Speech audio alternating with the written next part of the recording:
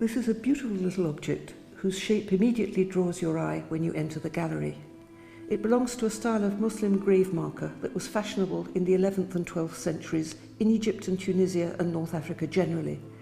Now we call them prismatic tombstones after their shape, and because of their elegance, they've become collector's items.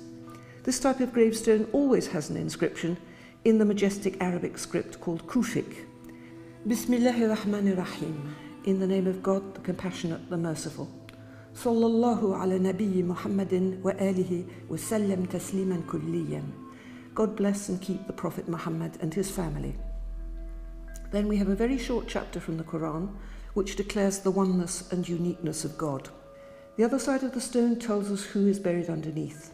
This is the grave of Ghariba, a girl's or woman's name, daughter of Makhluf. Then we have the date of death. She died on Tuesday the 4th of Shawwal in the year 431, which is equivalent to Tuesday, June the 17th, 1040. May God make her a benefit to her parents, and may he grant them steadfast courage to bear her loss. There's no date of birth, which is usual, but we can guess that Ghariba was young. This is because of the prayer for her death to benefit her parents. The idea is that the innocence of children will plead for their parents, and that parents will gain merit if they bear their loss with courage, like Jacob in chapter 12 of the Quran, who went blind with weeping for his lost son Joseph, but nevertheless showed steadfast courage. Does a tombstone belong in a museum, and should it be treated as a work of art?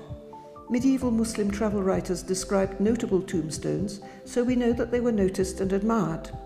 Sometimes stonemasons added their signatures as a mark of pride, and there were distinct fashions in tombstones over time and in different places.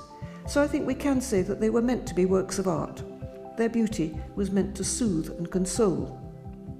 What were people's feelings about death and the dead?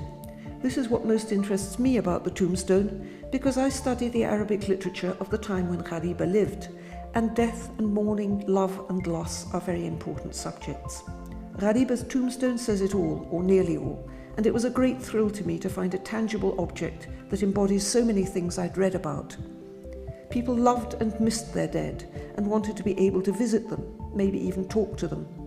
They wanted suffering to make sense and strengthen their faith, not undermine it and lead them to despair. People went and meditated in graveyards, and there are stories of them being reminded by voices from the grave to think on death and decay. But there are also graveyard tales of lovers' quarrels being healed after death and husbands and wives reconciled. People wrote poems to mourn their dead, to describe the horror of their death throes and remember how much they loved them. Poetry was one of the most important ways of living out death. Because of this, poems are often found on tombstones. But it wasn't all gloom. People could see the funny side of death too, and its creepy side. We have thrillers set in graveyards and satirical mock epitaphs. This is all part of the landscape of Ghariba's tombstone, and the tombstone is one of the ways that the Ashmolean makes it possible for teachers to show their students what ideas and feelings meant 1,000 years ago.